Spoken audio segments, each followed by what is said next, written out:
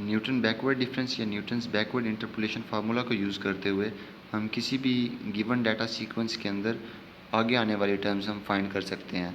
अगर हमारे पास एक डाटा सीक्वेंस दिया हुआ और उसकी लास्ट वाली टर्म के करीब हमने कोई टर्म फाइंड करनी हो तो वहाँ पर हम न्यूटन बैकवर्ड डिफरेंस फार्मूला को अप्लाई करना ज़्यादा मुनासिब समझते हैं।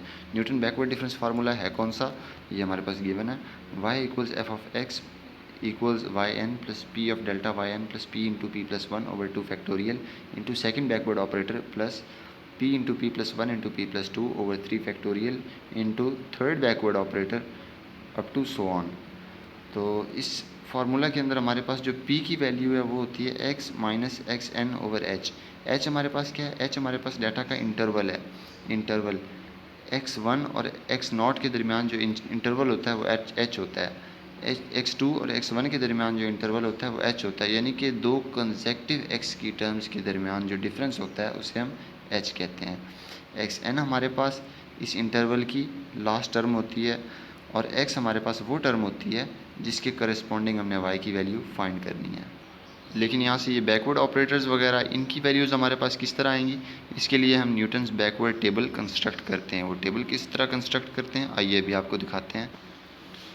न्यूटन्स बैकवर्ड टेबल के अंदर हमने पहले x की वैल्यूज़ लिखी होती हैं जो कि इक्वल इंटरवल्स के साथ होती हैं। x0 के अंदर h ऐड करने से हमारे पास x1 आता है, उसमें h मज़ीद ऐड करके x2, उसमें h मज़ीद ऐड करके x3, इसी तरह h के इंटरवल्स के साथ हमारे पास x की वैल्यूज़ गिवन होती हैं और उसके कोरिस्पॉन्डिंग वैल्यूज़ भी x0, x1, x2, x3, x4, x5 की गिवन होती हैं।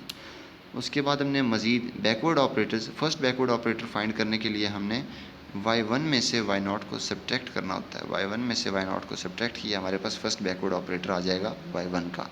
सिमिलरली y2 में से y1 को हमने सब्ट्रैक्ट कर लिया, हमारे पास फर्स्ट बैकवर्ड ऑपरेटर y2 का आ जाएगा। फर्स्ट बैकवर्ड ऑपरेटर y3 का फाइंड करने के लिए हम y3 में से y2 सब्ट्रैक्ट करेंगे। सिमिलरली हम तमाम फर्स्ट बैकवर्ड ऑपरेटर्स फाइंड कर लेंगे। सेकेंड बैकवर्ड ऑपरेटर फाइंड करने के लिए हम y2 में से y1 को सब्ट्रैक्ट करेंगे, हमारे पास आएगा y2। y3 में से first backward operator of y3 में से first backward operator of y2 subtract करेंगे, हमारे पास second backward operator of y3 आ जाएगा। इसी तरह इस नीचे वाली टर्म में से ऊपर वाली टर्म को सब्ट्रैक्ट करके हमारे पास ये, नीचे वाली टर्म में से ऊपर वाली टर्म को सब्ट्रैक्ट करके हमारे पास ये टर्म आ जाएगी।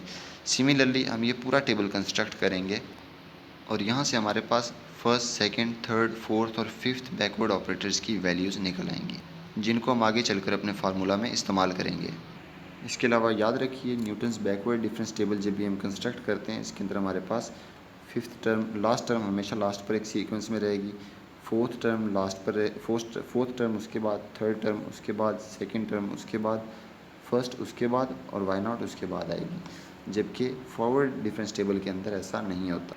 अब न्यूटन्स बैकवर्ड डिफरेंस फार्मूला को इस्तेमाल करते हुए हम F44 फाइंड करेंगे गिवन दिए हुए डाटा के लिए, जबकि हमारे पास x की वैल्यू 20, 25, 30, 35, 40 और 45 है। हम देखते हैं इसके अंदर h यानी कि डिफरेंस, इंटरवल डिफरेंस हमारे पास 5 का है और कांस्टेंट चल रहा है। हमारे पास x की वैल्यू इसमें होगी 44 और x0 की वैल्यू x5 इक्वल्स 45 होगी। इसको हम p में पुट करके p की वैल्यूज़ हासिल कर लेंगे। p की वैल्यू को हम इस फार्मूले के अंदर पुट करके और न्यूटन बैकवर्ड डिफरेंसेस की वैल्यूज़ भी न्यूटन बैकवर्ड डिफरेंस टेबल से हासिल करके हम अपनी रिक्वायर्ड वैल्यू हासिल कर सकते हैं।